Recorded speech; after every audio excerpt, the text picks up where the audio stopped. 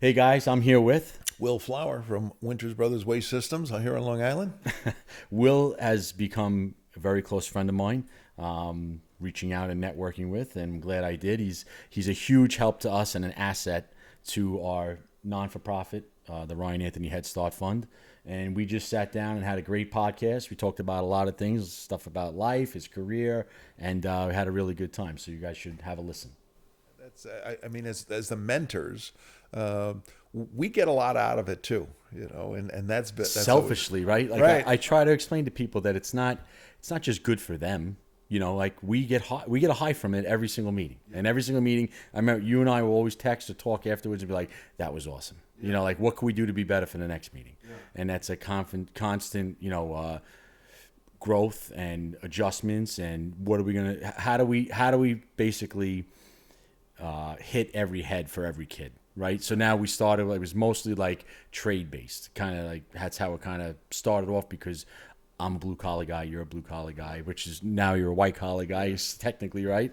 And then but now I'm hoping to be a no color you're guy. you're a no collar guy now, yeah, which is fine. Just the charities, just your Right. collar. I don't know what collar you want to call that, but now we're helping kids that already have college degrees get jobs in positions that you wouldn't necessarily consider a trade, Right. Right. which is really nice. Yeah. So we're evolving. Yeah, and I do think the trades more than any other profession are focused on passing along and helping other people out. And maybe that's just because it's the trades, right? And the trades know that you have to work together, right? Teamwork makes the dream work. And that is more true in the trades, I think, than anywhere else. But it's also true that the people who are in the trades, I think, are more willing to share that information. Somebody who's a master carpenter wants to share his or her skills, knowledge, tips, trade secrets, tips of the trade with others to make that person that they're mentoring a success. And through those apprenticeships that we've seen, I think the trades more than any other profession are really good at that, which I think is one of the reasons why this program Yeah, is everyone wants such a to get success and involved. is growing like Yeah, crazy. that's what's We great. got great people. The uphill battle we have is obviously changing the stigma that still is there in high schools, but also those master carpenters or master plumbers or master HVAC guys. What I find when I have conversations with some of them, not all of them, but some of them in the first instance is I've trained so many guys over the years and they leave.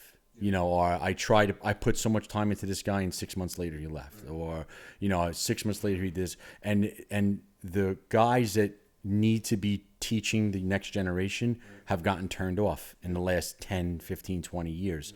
So now we have to pretty much bring them back and say, hey, listen, we have kids that we've already filtered through different high schools that are eager to learn and want the responsibility, and really they want to make us proud as their mentors. That's what I try to talk to business owners about is if we get kids, even if we get kids hired as a high school level job at a grocery store, pizzeria, restaurant, whatever, those kids, not that they have to answer to us, but they kind of do. So they know that if they don't do the right job working in those, high school oriented jobs, we're not going to be so quick to place them in a really nice career oriented job. So there's accountability there that was never there before, and with what we're doing is, I think, changing the game. Yeah. What I always say is, listen, if you think it's expensive to train somebody and have them leave, how expensive is it going to be not to train them and have them stay? Right. So that's just an occupational risk that we have, right? And I think also in the trades that there's a real desire to have people be successful, right? And if we break down some of those stereotypes about the trades, number one, it is incredibly lucrative to be in the trades. Number two, think about what the trades do, right? There is nothing in life every day that we don't benefit from the trades, from the house that we live in, to the cars that we drive, to the roads that we drive on.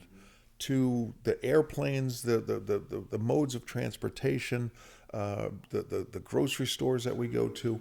The garbage that Everything. gets picked up. The garbage that has to get picked Biggest export, right, in the U.S.? up. Right. Everything has been built by the trades. And it's such a critical job, and it's such an important job. And I think we're at the point where we're understanding that. And I think we're measuring education different, right? Because everybody thinks with their head. It doesn't matter what job you have, you're thinking with your head. But the trades are not only thinking with their head, they're working with their hands. And that's what makes the trades really rewarding, is that you can see the work that's actually getting done. I mean, you take somebody who's a great coder and is working on a computer program and something that's under development. They may be working on one small piece and they get their job done, but they don't see the real benefit. Whereas a master plumber, somebody who's in HVAC, somebody who's a roofer, can get done with that task and step back and look at it and go, that's a real piece of work.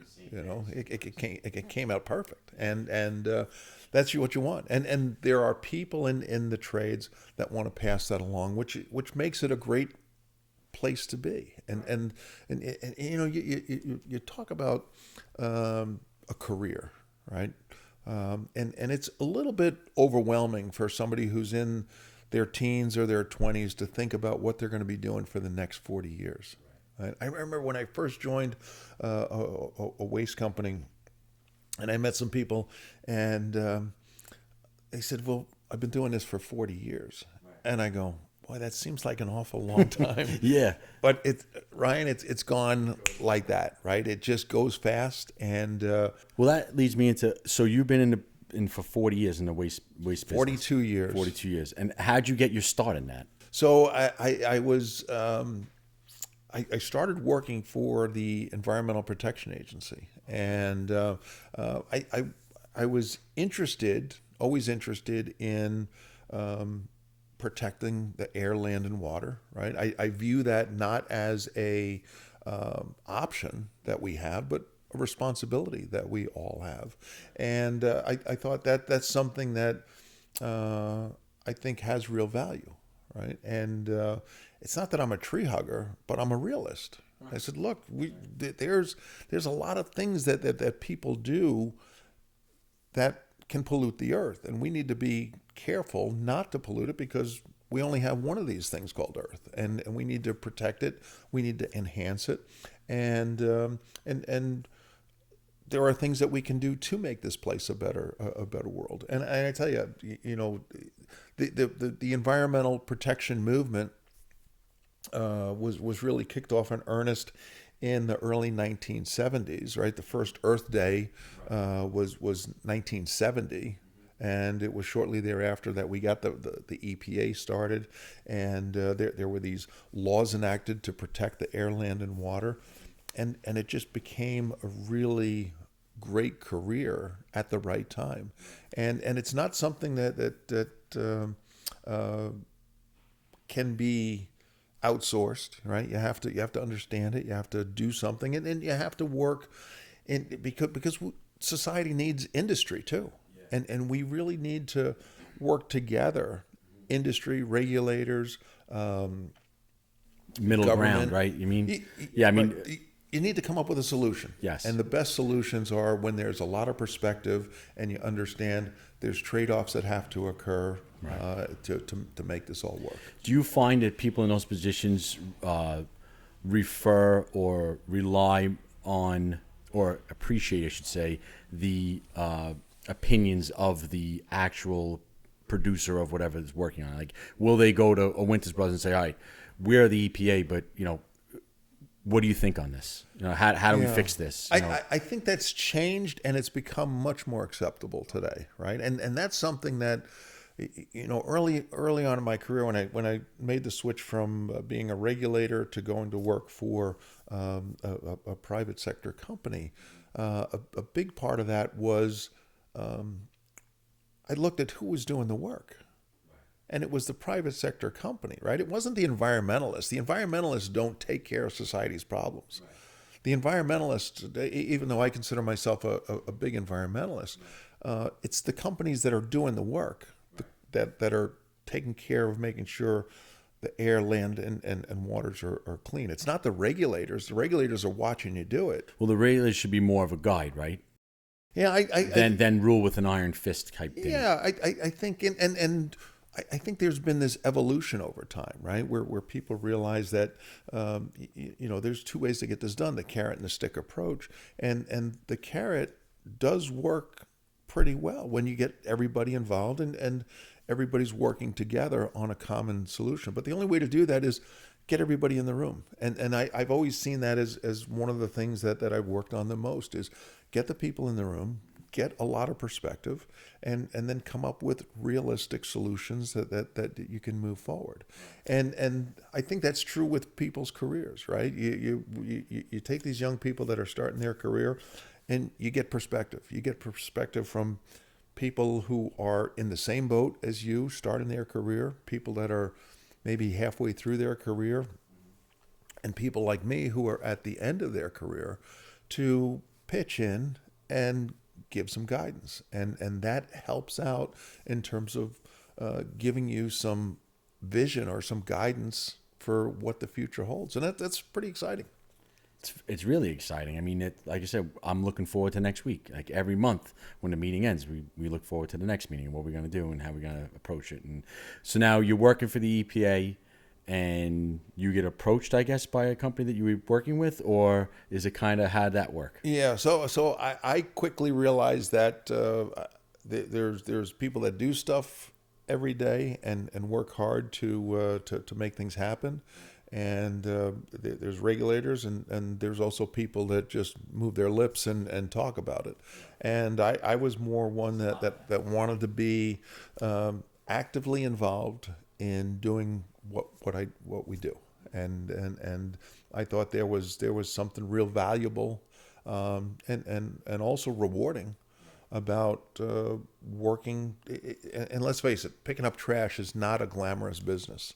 But it's a basic, essential business that has some real rewards associated with it. Because at the end of the day, you feel good about what you did. You say, look, I took care of society's waste. They don't have to think about that because I did, right? And it's also a field that is full of like-minded people that are working hard every day.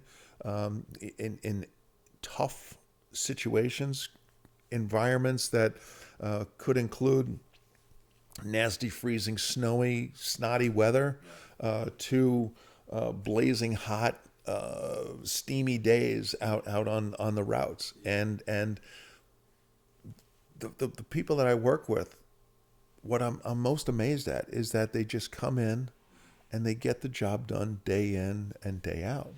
And it doesn't matter. I mean, the people in the waste and recycling industry are the toughest people I've ever worked with. And they just they're humble, and they just get the job done. And that's true with a lot of the trades. They're very humble people, and they get the job done. Absolutely. And I think part of our awareness is people think waste. They just think of the guy picking up the garbage and throwing it in the truck, but they don't understand how many job titles there are in a company like Winters Brothers. I mean, how many different job titles are there besides, driving a truck, picking up the garbage, fixing the truck, welding the roll-offs. I mean, working in the office, dispatching. I mean, there's hundreds, right? I mean, think about it. It's that's very similar to other businesses. There's the back office that makes the magic happen, right? And for us, you may see these beautiful trucks that are out on the street picking up trash, but the reality is, for every one of those drivers and helpers that are on the street, there's 2 or 3 people that are working behind the scenes in customer service, in dispatch, in accounting, in accounts payable, in maintenance to make sure that truck is running out there, to make sure the containers are set up. There's just a lot of people that are needed to make a successful company grow. And the beauty of companies like Winters Brothers is that it was a family-owned company in which the family members continued to work there every single day to make sure that there was like this incredible focus on making sure the customer was always happy. And that's very true with the trades too, right? We all have a customer that we're working for, and that excellence, that standard that you set for yourself or for your company, is all about making sure that the job gets done and it's done in a professional manner, and it's done in a way that I look back on it every day and I go, I'm pretty pleased with that, right? I'm really happy the way that turned out. So now, circling back, you left where you were and you went to Waste Management Services. That's where Went you started. to waste management, right? And it was at the time. What state were you in? Yeah, so I was out in the Midwest, and Waste Management at the time, and still is, the nation's largest provider of recycling services and waste management services. And back then we had a slogan that said, "We make the world's problems disappear," and that was true. You know, we took care of society's waste, and people didn't have to think about it. But they did have to write a check, right? They did have to pay us for that service, and it was a service that many people were very happy because we made it go away. And the industry itself is just huge, because you think about it, every single person, every business, every institution, every school, every shopping mall, every restaurant, everybody has garbage that has to go away. So I looked at that and I said, that is a great business to be in, because everybody needs you. How old were you when you figured that out? You were already working with the EPA, or were you was before even? Yeah, and that's the reason I went to waste management, right? Is that when I was at the EPA, I thought to myself, I'd really like to make a move to get more hands-on, and instead of regulating businesses, be on the side of business, be on the side where we're actually doing stuff and making it happen. And when I looked around at the companies, there were a couple big national companies, but it was still primarily a regional and local mom and pop operation. And there was a consolidation that was going on. And through that consolidation, Waste Management got bigger. BFI grew, was a big company. Those were the two big ones back then. But then there was also the formation of more and more companies. So I'm at Waste. Things are going really, really well, and Waste is expanding their business, and they decided to enter the New York City marketplace, which was like the Wild West of the entire industry and places, the marketplaces. Now, did they enter in when Giuliani was doing all the crackdowns? Yeah, exactly right. Oh, so that was That's like perfect exactly timing right. for them to do that. Yeah. It was opportunity striking. Right, Yeah. right. And they knew I was from New York at Waste Management, and they said, we'd like you to go back to New York and help us introduce waste management into that marketplace. Great opportunity. We bought a number of companies in New York City and eventually Long Island, and those companies were all helped grow waste management. And like many careers, change happens, and some things occur. In this case, Waste Management was actually acquired by a company called USA Waste, but they kept the Waste Management name. Right. And there were some transitions that happened, and one of those transitions occurred in New York City, where some assets were required to be sold because it was a ginormous acquisition. The Department of Justice said, look, they told Waste Management, you can buy this company, but you got to sell certain assets. And I went with the assets that were sold. And a company called Republic Services, which was at the time, kind of a Florida-based company. They had a growth strategy in the Sun Belt states, which was a really smart strategy. But they were up in New York too? They were now, because they bought those assets that had to be sold. Oh, okay. So they bought all these assets from the acquisition of USA Waste and Waste Management, and Republic became a more regional player, and they were big in the Sun Belt, but then we started to expand, and we were just on a there is a perfect example of getting together a great team of people, a team of people who were dedicated, working really hard, in the right marketplaces where we just grew like crazy. And we also benefited from both organic growth, but also through acquisition growth. And we acquired a lot of companies, and we really grew that company to the point where today it's the number 2 company in the waste industry. Oh, wow. So I spent 13 years doing that, and that was For that company. for public services, and again, just a terrific nationwide company that knows how to take care of its customers and does a great job. So you were with the EPA for how many years? Give or take. Let's see. I was there. I always kind of think of my career as it's occurred in decades, right? So the first decade was at the EPA. Second decade was at the at Waste Management. Third decade was at Republic Services. And how'd you stumble to Winters? So How'd that happen? I actually get done at Republic, and truthfully, I was a little bit burned out working in corporate and in a very rapid pace for 30 years. Was a lot, and I took a sabbatical, right? And I said, all right, let me take a couple of years off and refresh spiritually, emotionally, physically, kind of get your head right and focus on what that next chapter is going to be. And Ryan, that was probably the best 18 months of my life, right? And just had a So now that's what? How old are you? Like you're 50? yeah, mid 50s, mid to early 50s. Awesome. And so you know a lot about life already at that point. yeah, and you had some resources. You can go out, you can enjoy yourself, and really think about what it is that you want to do. Right. And I think what that taught me is that it's okay to take a break.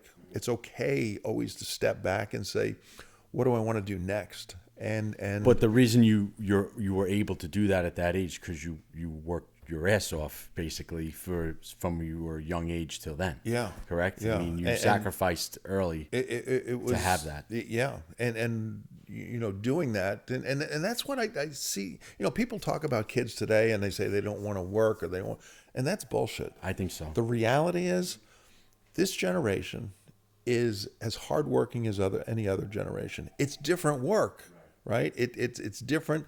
Everything always changes. Even if you're in the trades, you know, you started off with, you know, let's just say you're a carpenter, and you know, you're the technology, the technological changes that occur in building materials, in the way that we figure out how to build things, the way to make things more weather resistant, has changed and those changes are going to keep Constantly, coming. yeah. And with that change, you know, there's always that opportunity to kind of step back and reevaluate where you are and move forward. I think the biggest lesson that I would tell kids is that the thing you need to focus on is, what do you like to do? What do you find rewarding? What is it that gives you satisfaction? And if you can find a job that you like to do, that's rewarding, it gives you satisfaction, and that you're good at, that's not work anymore, right? That's kind of a fun place to be, and that's what I would wish for everybody is an opportunity to just be doing what you like to do. There's a study that's done every year, and it says, well, like more than half the people don't like their job. And I go, well, that's kind of on you. Where do you think that mindset stems from? Because we talk about this a lot with just like negativity, negative people. You know, you see it all the time. You know, there's no hiding from it when you're in business, especially if you're in like the restaurant business. Forget it. You know, where does that mindset stem from? Like, are they people who were maybe, I don't want to insult anybody, but maybe too afraid to take the risk earlier? That kind of just settled and said, you know what, this is a safe bet. I'll just stay here, and then years later regret it. Yeah, I think that settling is one of the worst things you can do, right? And I always tell folks the most important decision you're ever going to make is to select the person that you're going to go through life with, right? And that is without a question the most important person. I've been blessed. You've been blessed. We just we got great people that are in our circle and next to us that take great care of us. And sometimes tell us the things we don't want to hear, but need to hear it. Yeah. So But you need that. That's so important. Right. Who's going to be more honest than your significant other? Right. My wife just gave me a coffee cup. It said retired under new management. See wife for details. That's awesome. I thought that was perfect.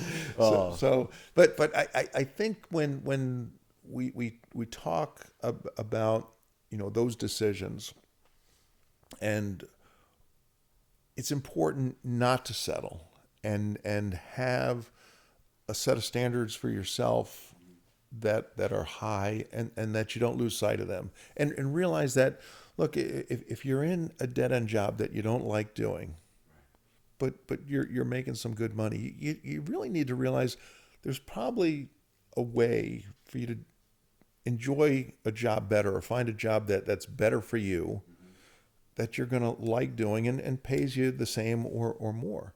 So, there's change is inevitable, and change is okay. And I tell you, every time I've made a big change in my life, I've come out better for it. And you have that work ethic. On the other side of that, I see, and this is just my opinion, is some people who complain about their job and hate their job are also the same people who show up 15 minutes late, do the bare bones minimum, expect so much more out of doing so little. And that's why they're in the position that they're in. And what I see happening is a lot of those people become parents and then kind of infected the 20-year gap. I think we have about a 20-year gap of, needing skilled labor. Those people always told their kids, don't do what I do. Don't do what I do. It's terrible. But were those people the people that just didn't put the extra effort in, and didn't move up the ladder? They stayed at the same position of their company they worked for 25 years. Right. There was no advancement because they didn't want to advance. And then on the other hand, some people don't get the opportunity to advance. But in this world we live in now, the opportunity for advancement is huge. Yeah. And we try to say that to the kids. So, we're fighting a few different battles here, because we're still getting the parents of, I appreciate what you do, and what you're doing is great, but I still want my kid to go to college because I don't want them to do what I did, and I don't think anyone's listening to anything I just said, So it's like it's frustrating for us sometimes, right? Yeah, and that's where I think we've focused too much on the wrong things, right? Because I think a lot of schools, a lot of administrators were judged on how many people were graduating and going to college. And it was always, at this school, it's 98% of the students are graduating and going to college. That may not be the best for everybody, right? College isn't meant for everybody, and the trades aren't meant for everybody. I think what you have to do is really just think, what do you like doing, right? What gives you fulfillment and enjoyment, and what are you good at? And when you do those, when you find that job, that's a great place to spend your career. And it may not, that doesn't mean that it's going to be perfect for everybody all the time. But this is America, and you can make choices here, and those choices have implications for good or for bad. But when you take charge of yourself, right? When you take charge of your own career, and really you're the person responsible for your career. When you make those decisions and you decide to do what you want to do, what you like to do, your world is going to be a lot happier. And that's that's what I wish for everybody, is that, look, I want people to be happy. I want people to be fulfilled. I want people to be excited about coming to work. Again, think about it. I was in the trash business, right? That is not a glamorous business. It's a tough business in which you get up early, you have to show up because the work has to get done. And there are days when it's, were weeks on end when you're working 12, 14 hours a day. And there's also times when there's a disaster and you need to put that extra effort in, be it a flood, humanity steps in and who cleaned up the World Trade Center? Oh, that, yeah. The trade stepped in and cleaned that up, right? And also they rebuilt it too, And I think that when you look at what it is that you're going to do, find something that you enjoy doing, because life is short, and that 40-year career goes quick. And I guess it goes a lot quicker when you do enjoy what you're doing. Right, but also try something that even though you may think you may not like, you may end up actually liking. Yeah. That's because you didn't grow up saying I want to be a garbage man or work for a garbage. My fifth grade teacher said that all the time. Oh, that's funny. You always do say that. What'd she say again? Mrs. Tillotson. Yeah. She said, "Listen, if you don't pay attention, you're going to end up being a garbage man." Yeah. Well, look at me now. Worked out pretty good, Mrs. Tillotson. Absolutely. Thank you for the advice. Yeah, right. That's so funny. But so now we'll go back to your story again. So you were working for Republic, right? Then how did the transition to Winters Brothers occur? You went on sabbatical. Went on sabbatical, and I had known the Winters Brothers from my time on Long Island, and through life, the most important thing you can do is keep in touch with people, right? That's called networking. But can you stress how important that networking is? Yeah, that networking is all about which is a skill too. It's a skill. That needs to be developed. It requires attention, and it requires follow up. And I think it's so much easier now because we've got some cool tools like LinkedIn and social media. But a big part of that was, thinking about people that you've come into contact with, and then staying in touch with those people. So I go on sabbatical. And at the same time, the Winters family is starting to get back into the business here on Long Island again, because they successfully sold the business here and then bought it back. And then eventually we bought it back, right? So there were plans underway to kind of do it again and grow a nice business here. So they brought you on around the time they bought the company back? Before. So it was part of the plan, right? We knew we needed great people. Right. We knew there was an opportunity to have a chance to buy this company back. And the Winters family had the resources to do it. Right. And most importantly, they had that drive, desire, and incredible fortitude to move forward. And the thing I love about that family is they're not afraid to take a risk, and they, more than any other company that I've been around, they absolutely understand the importance of having great people and rewarding those people, and appreciate it. They do appreciate it. That's a great word. They really do appreciate it, and we had a lot of fun every day, every single day that we worked there. We were enjoying it, and there were some tough days, but it made us a lot better. I've always admired the company, from me looking at it, they're everywhere. And then I knew a couple of roll-off drivers that worked for Winters Brothers, and they would always say nice things about it. And this is before I know any of you guys. And then that's what gave me the courage, talking to people, saying that, oh, they're good people over there. It gave me the courage to come over and talk to you. Yeah, I'm glad we did. I'm which glad is you did. Great. Yeah, I remember I came over and you were away, and then I went back, and then I walked in and you were ready. Let's talk. Let's have coffee. Introduce me to some people, and then that was it. We were off to the races. So great friendship, and I appreciate that. It's uh, again, that goes to the importance of networking, right? And people, you want to be around people who want to help other people, right? And you want And have the right intentions. to that have the right intentions, and also, people who are genuine, and people who are dedicated to helping other people. And that's what this foundation is all about, right? It's all about, which is why I love it. It's our focus. We got these blinders on that we're saying, hey, let's help these young people get a head start.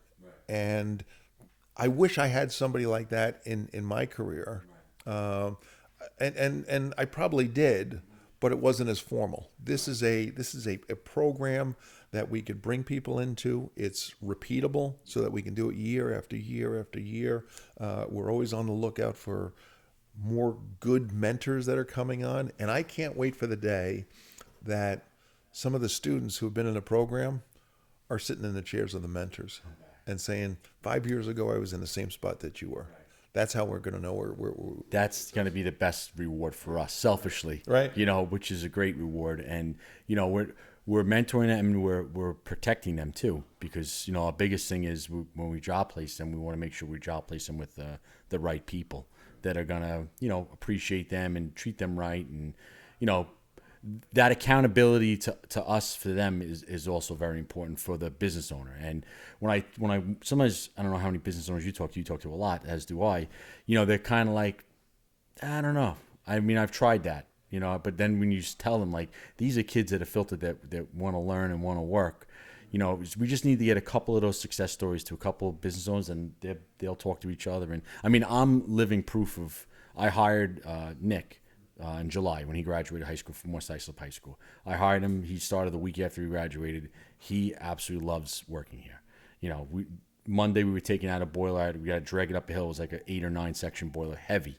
And I have my 2 other guys, another Nick, Mike, Joe, and me, and we're dragging the thing up, and we get it up in the truck, and he goes, I don't do this for the money. I do it because I love it. That's an 18-year-old kid that, like, had I not met him, I met him at a career day at West Islip High School. I told him about our organization. He came to a meeting. He came to one meeting and was hooked. He's at every meeting, and he's just a great kid. So, but there is so many of those that we just need to connect the dots, find them, get them to the meeting, and then it's off to the races. exactly, and it's so necessary, right? It just giving people a leg up, and helping them get started, and bumping and guiding them along the pathway, is rewarding for us, right? It's good for the young people.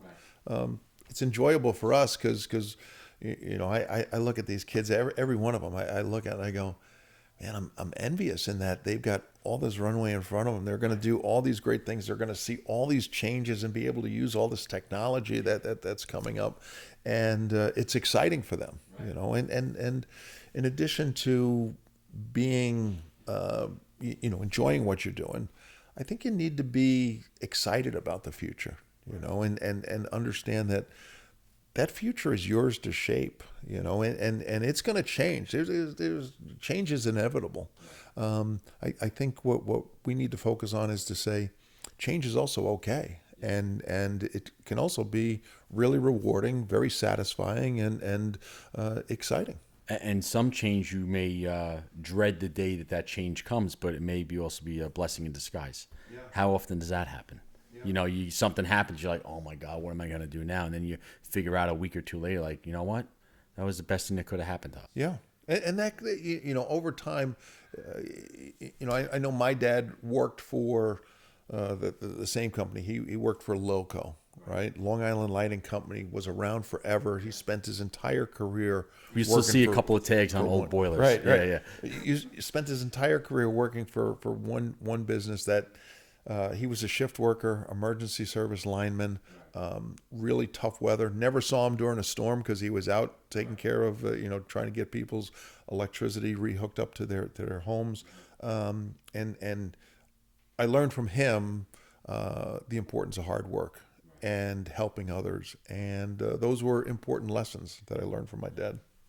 And the thing about it was, over time, that gets instilled in you that working hard is really, really important.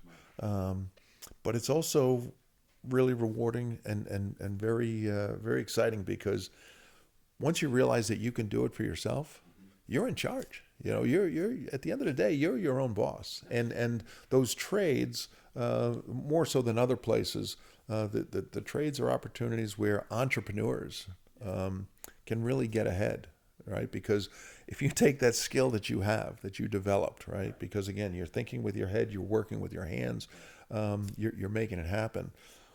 When you incorporate that with some entrepreneurial spirit, you're going to do really, really well, and it's probably more rewarding than a lot of professions that you need a college degree for. It's so funny because I watch a lot of different motivational videos and stuff on YouTube, and Warren Buffett has a talk similar to that about how most companies that become huge, they're not reinventing much. They're just taking something that already exists and making it better.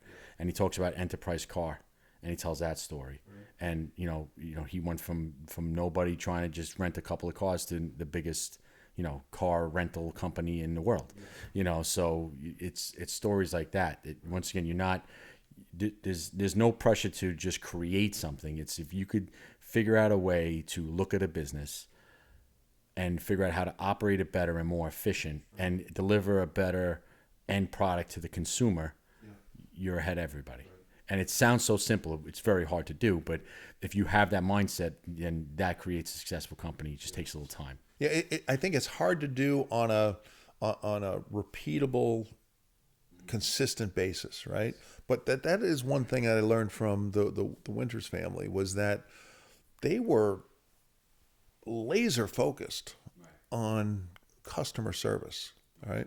And I can remember that a quick story where one of the owners, one of the Winters brothers, a call came in late Friday afternoon that we missed a pickup, and one of the dispatchers said, "Well, we'll get it Monday," and it was overheard by one of the Winters family, and he just said, "You know what we're going to do is you're going to take your keys, and you're going to go out right now and go collect that waste," and it was an important lesson for that dispatcher to understand that the most important thing that we can do is to be safe and take care of the customer.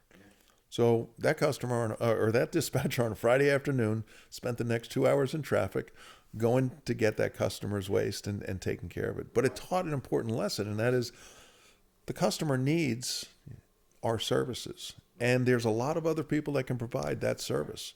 So we need to make sure that we're taking care of the customer. There's an old adage that says either we take care of the customer or somebody else will. Absolutely. And it was driven into us that customer service is critical. I think that's to keep that humbleness is huge because we talk about this all the time. You have companies that when it's busy, real busy, someone may call and you may blow that customer off. And that's like the worst thing you could possibly do, obviously, because you're so busy. But then the business owners who live through the busy and the humbling times are the ones that keep the attention at what it needs to be at all times, even when they're busy, because they remember how it is when it's slow. Right. And, that's, I think, how companies fail. Companies grow fast and then they get kind of a big head, I guess you could say. You get a little conceited, and then I don't need that person anyway. But then you do that enough times, you have no business left, and people lose sight of that. You lose focus, and that's true in so many different things. It's true for sports teams, right? And they lose focus. You stop thinking about the blocking and the tackling, right? The real basics. There's every business is really pretty basic. The successful ones do it better, more efficient, for a lower cost, and it takes years to be successful. There's very few overnight successes. It just there's some, but those are the anomalies. The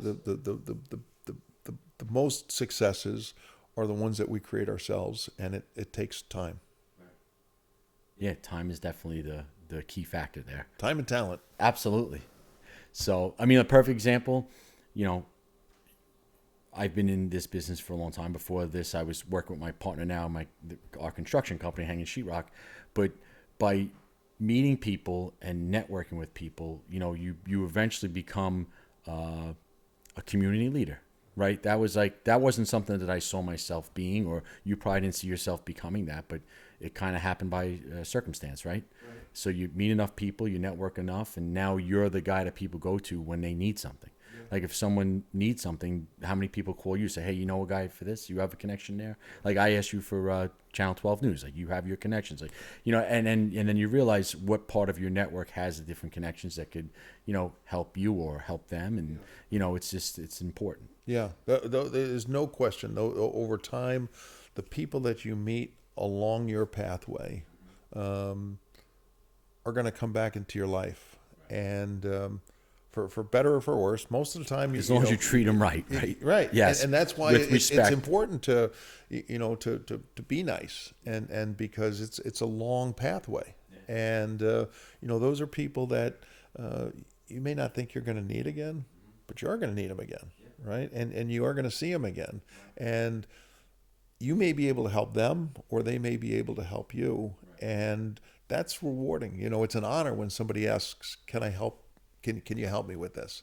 I always say, you know, don't be concerned when people are calling you. Be concerned when they're not calling you. Right. So, Yeah, it's not a bother. right. You know, Right. sometimes like I don't know, your wife probably every now and then like you're on a phone call while you're at home, but it's a phone call that you value, but then you have to have that balance too, like because you don't want to take time away from your own family, but you still answer the call. So it's like that's always like the not a battle, but a balance, right? It's a balance. That prioritizing is critical, and it's tough. It was something that I think I always struggled with. Right, was that How do you turn it off? work life balance, and I can remember. I loved hiking and camping, and I was in Boy Scouts as a kid, and my son was in Boy Scouts. He's an Eagle Scout, and I always remember being on a week long summer camp trip.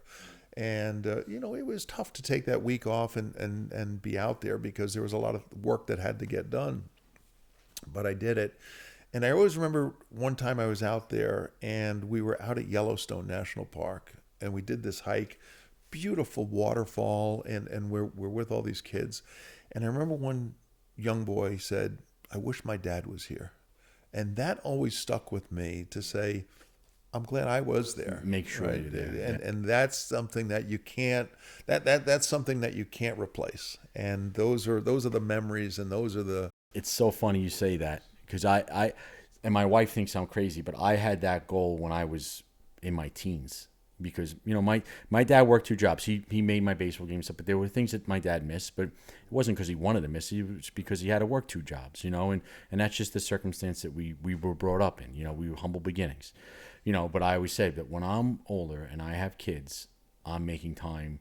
I coached, you know, when my son played baseball, I coached baseball. When he plays football, I coach him through the whole PAL thing. And like, I would never give up those years, you know, and it was so important to me to be there for that. But and those and you make friends doing that too. you do. You know? And it's funny you say that because we had a big scout troop, and I worked with some great people there that continue to be really good friends, and they've mentored me. I think they helped me be a better person. I hopefully help them be a better person.